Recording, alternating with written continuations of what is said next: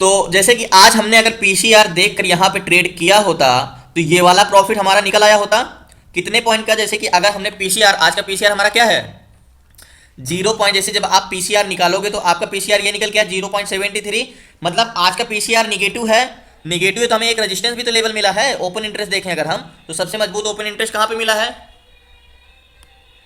सबसे open interest हमारा यहां पे। अभी देखो जो 1,06,000 था वो 1,09,000 हो गया है 41,000 पे।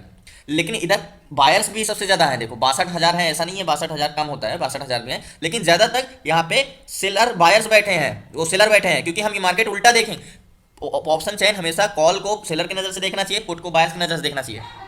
Just 1 minute, just 1 minute.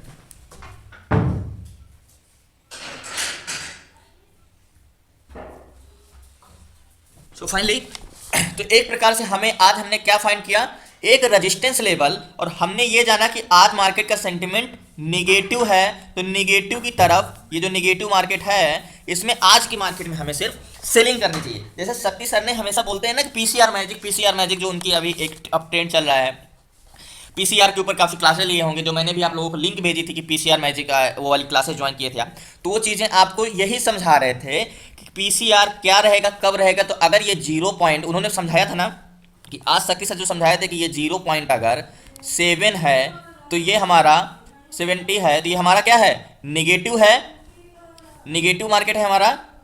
हम क्या करेंगे, एक रजिस्टेंस पे, मतलब जैसे ये रजिस्टेंस है तो यहाँ पे क्या, मैं डायरेक्टली किसी को बोल नहीं सकता ना कि यहाँ पे आप सेलिंग करिए, लेकिन जैसे हमने पढ़ा, जो हमने सीखा उस हिसाब से ये रजिस्टेंस है अगर हमारा 41,000 का, तो यहाँ पे क्या करनी चाहिए, सेलिंग करनी चाहिए आज मार्केट में।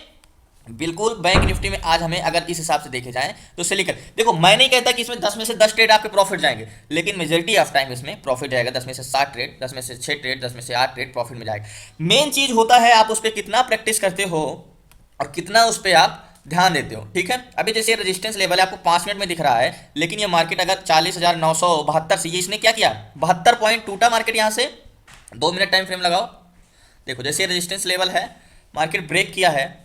अभी 72 पॉइंट बैंक निफ्टी में बहुत होता है, अभी 40,800, तो रेजिस्टेंस लेवल ये था 9,000 हमारा, 9,600, 9,880 चल रहा है मार्केट। रेजिस्टेंस लेवल कहाँ तक गया था, 9,974, 100 पॉइंट मार्केट टूट गया। तो इस हिसाब से हमें देखो रेजिस्टेंस पे हम सेलिंग करते तो देखो मार्केट यहाँ पे हमारा प्रॉफिट हो। देखो क्या करना है हमें, सेलिंग ही करना है पीसीआर देख के। जैसे कि मैंने आपको आज लाइव मार्केट में बैंक निफ्टी में बताया कि हमें किस हिसाब से करना है। देखो फॉल हुआ मार्केट, ये वाला रेजिस्टेंस था हमारा 41,000 पे, 41,000 पे मार्केट क्या किया, यहां से गया, मार्केट नेगेटिव है तो हमारा क्या होगा। अभी देखो मार्केट क्या किया हमारा 963 से 869 आ गया, यानी 100 पॉइंट मार्केट टूटा। 100 पॉइंट का मार्केट में प्रॉफिट होता है, आप समझ सकते हो 100 पॉइंट का मार्केट में अगर आप रोज प्रॉफिट लेते हो तो आप एक महीने में कितना पैसा कमा सकते हो।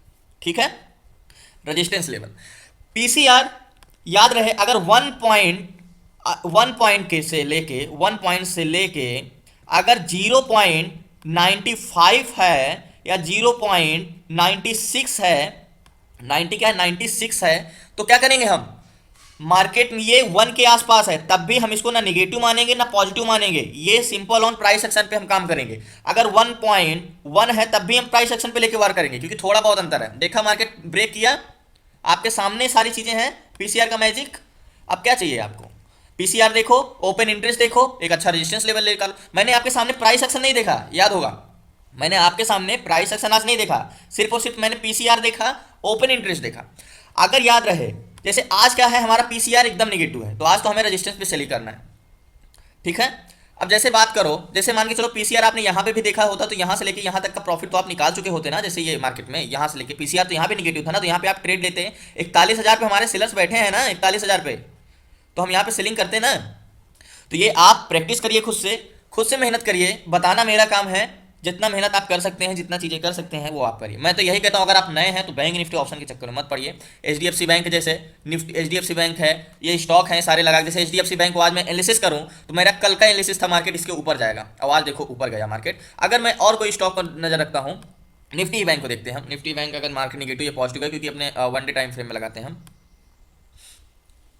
मैं कल इसमें ट्रेड लेने की सोच रहा था, देखो मार्केट क्यों, क्योंकि ये सपोर्ट लेवल पे था, सपोर्ट से ये ब्रेक किया था। तो आज ये मार्केट इसमें रेजिस्टेंस लेवल कहाँ पे है, ये तो ऑलरेडी अपने हाई पे जा चुका है। इस पे ये अब इस पे कोई एनालिसिस करने का कोई मतलब नहीं है एचडीएफसी बैंक पे। तो और कोई स्टॉक देखते हैं हम, जैसे कि मान के चलो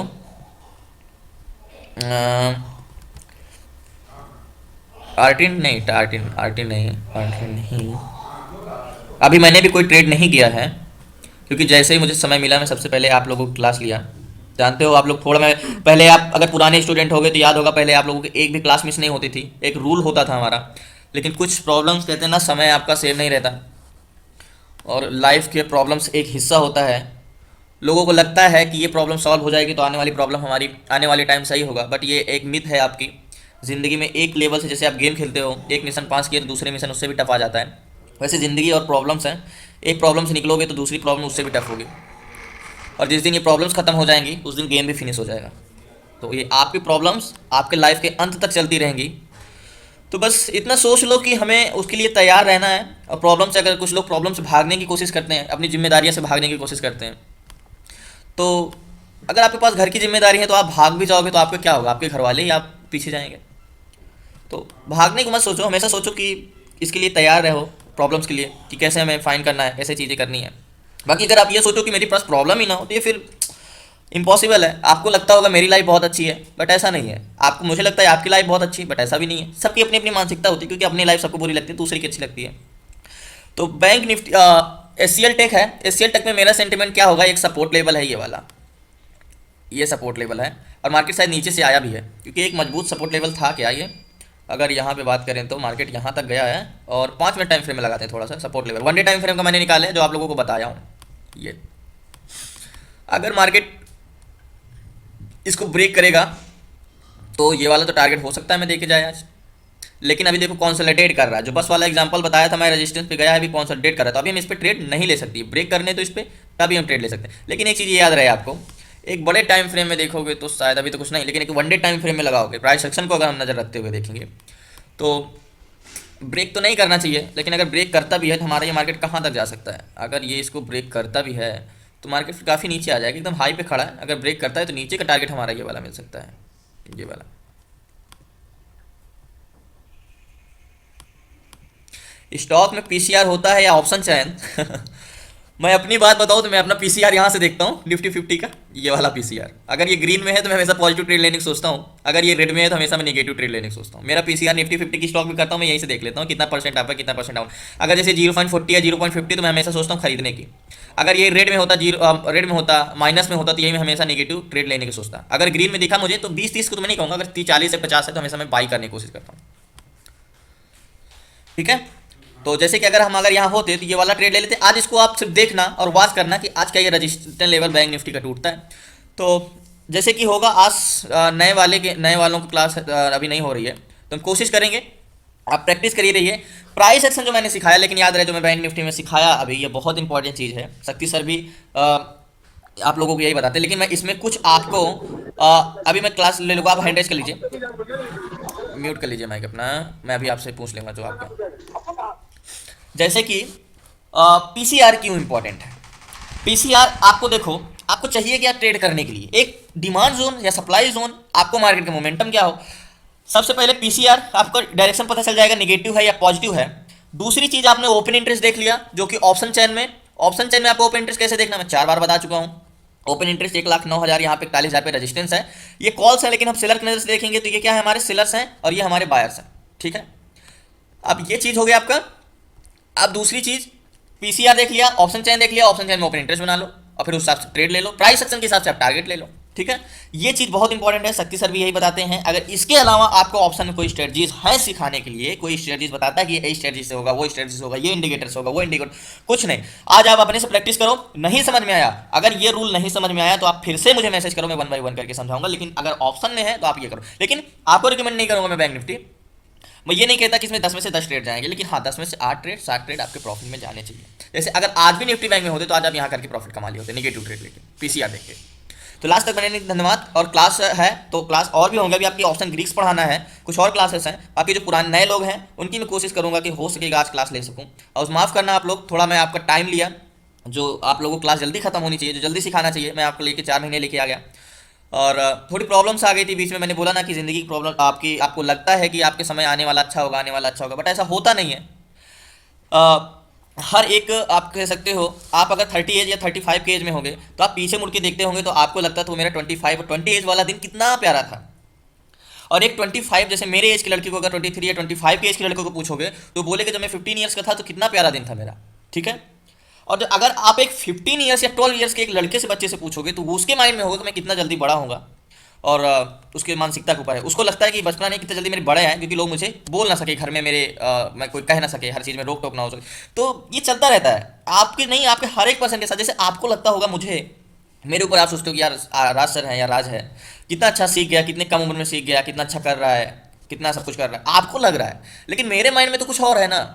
मैं आपको लगता है कि मेरी लाइफ बहुत अच्छी है, बट मुझे लगता है नहीं, मेरी लाइफ नहीं अच्छी। और ये इससे छुटकारा पाने के लिए कुछ गिने चुने लोग ही इस दुनिया में होंगे जो अपने आप को समझ सके। कहते हैं लोग बोलते हैं ना कि मैं उसको बहुत अच्छी तरीके से जानता हूँ, मैं उसको बहुत अच्छी तरीके से जानता हूँ।